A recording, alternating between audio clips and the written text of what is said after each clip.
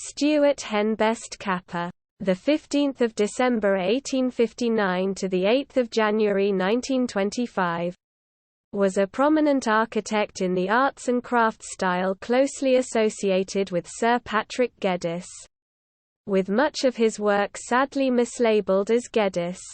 Due to ill health he did not achieve much that he might have, and his contemporary Sidney Mitchell completed much of his most public works.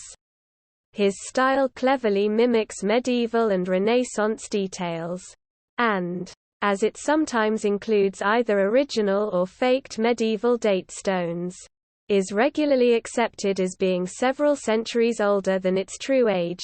In later life he is remembered as Professor Kappa due to his academic role at McGill University in Canada.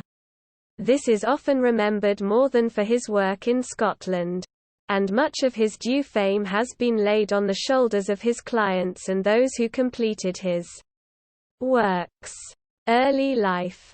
Born in Douglas, Isle of Man, the son of John J. Kappa, he was raised in Upper Clapton in London until his family moved to Edinburgh when Stewart was 9 years old. The family lived at 1 Beaufort Road in the Grange district. Stewart and his two brothers were educated at the Royal High School, where he was dux for the academic year 1874/5. At 16 he then won a place at Edinburgh University and gained a first-class degree in classics.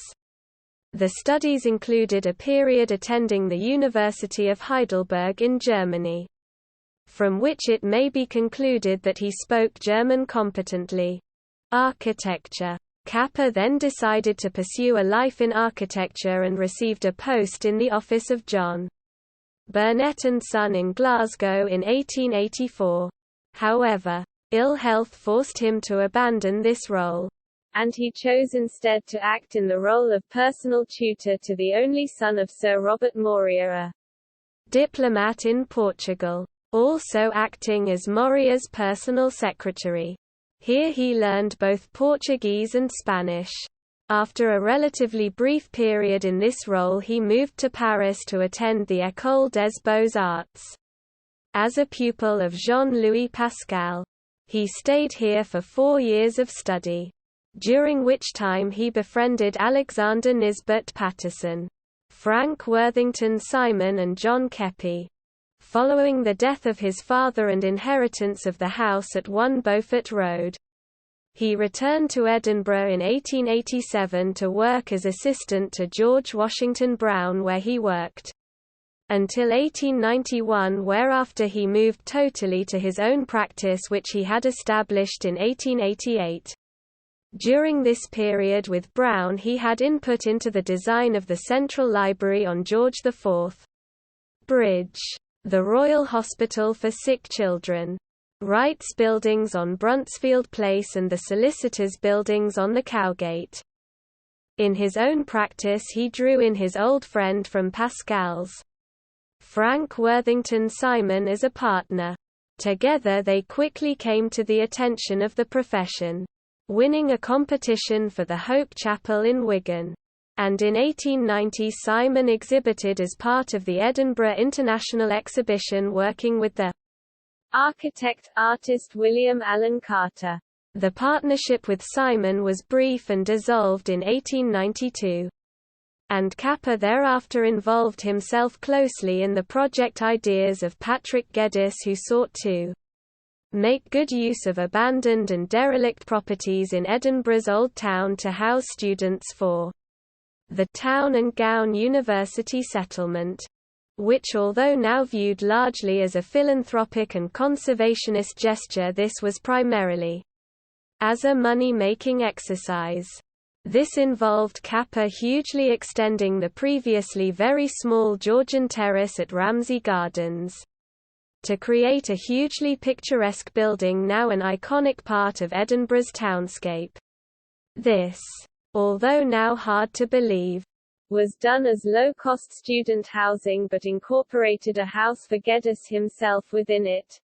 Sadly, Kappa's ill health returned during the project and overseeing of the completion and final Detailing was done by Sidney Mitchell, who is often incorrectly given credit for the full project. Together with the Ramsay Gardens project, Kappa also remodeled Riddle's Court, James Court and several lawn market blocks as part of the same university settlement concept. During this period, Kappa employed Ramsay Traquair as his assistant. Academic life. When the Edinburgh College of Art was established in 1892, Kappa was one of the initial lecturers in architecture. In 1896, Kappa gave up his overseeing of the various projects passed to him by Geddes. At this stage most were complete other than Ramsay Gardens. Given its enormous prominence in the townscape, it was probably reluctantly that he let Mitchell complete his magnum opus. However, Professor Gerard Baldwin Brown had nominated him to be the first professor of architecture at McGill University in Montreal. This was also agreed by the principal of McGill, William Peterson. This Kappa accepted, believing it would improve his health. But the job was conditional upon him ceasing all other jobs. So this alone may have been the reason for him abandoning the Ramsay Gardens project. Kappa pushed for architecture to be a university-learnt skill rather than the established practice of being articled to an existing architect to learn the skill. In 1903 he returned to Britain, taking a chair as Professor of Architecture in Victoria University of Manchester. His successor in McGill University, Percy Erskine Hobbs, left McGill in 1909 and Kappa expressed an interest in returning. But the position was instead filled, rather ironically, by Kappa's former assistant, Ramsay Traquair, and Kappa continued in Manchester until 1912. Whilst in Canada, Kappa had served as part-time captain in the Canadian Field Artillery. In Manchester he chose a similar role and rose to brevet major in the Officer Training Corps of the university. His time from 1912 to the outbreak of World War I is unclear, but at that point he joined the Manchester Volunteers and was dispatched to Gallipoli. Here, though, he was declared unfit for service. Another reflection on his ill health. Thereafter he attained a post of military censor in Cairo, Egypt, requiring him to learn Arabic. At the end of the war he continued in a similar role in Cairo, working for the Ministry of the Interior. He died of a heart attack whilst already in the Anglo-American Hospital in Cairo on 8 January 1925. His funeral was attended by Lord Allenby, who was in Cairo at the time, and by officials from the Egyptian government, but no Scottish friends or family attended. Having no time to reach Cairo in the customary 24 hours permitted in Arabic countries between death and funeral. As he was unmarried and had no heir, he left his money all to pay additional stipends to teachers at both McGill University and Manchester University. Principal works: Hope Chapel, Wigan, 1888, with Frank Worthington Simon. Tenements at Wright's Buildings, Bruntsfield, Edinburgh. Working for George Washington Brown, 1887. Edinburgh Central Library.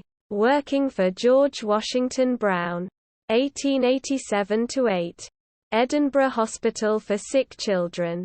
Working for George Washington Brown, 1888–9. 3–7 James Court, 493–495 Lawnmarket, Edinburgh, 1892. 453–461 Lawnmarket, including Lady Stairs House, Edinburgh, 1892. 11–16 Ramsay Gardens, 1892–3. 5–10 completed by Sidney Mitchell. Blair Hoyle Masonic Lodge, Thornhill, Stirlingshire, 1893. Restoration of Riddle's Court and buildings fronting Lawnmarket. 1893. Blackie House on Lawnmarket. 1894. Conversion of Craigleith House, Edinburgh to a hospital for consumptives. 1894. 48 Inverleith Place, Edinburgh. 1895. Capper's sole major commission for a private villa. New Lodge House for Blair Hoyle House, Stirlingshire. 1895. Golf Club House for Edinburgh Ladies Golf Club. 1895. Whitworth Laboratory, Manchester University. 1909. References. The Dictionary of Scottish Architects. The Canadian Encyclopedia. Biographical Dictionary of Architects in Canada 1800 to 1950.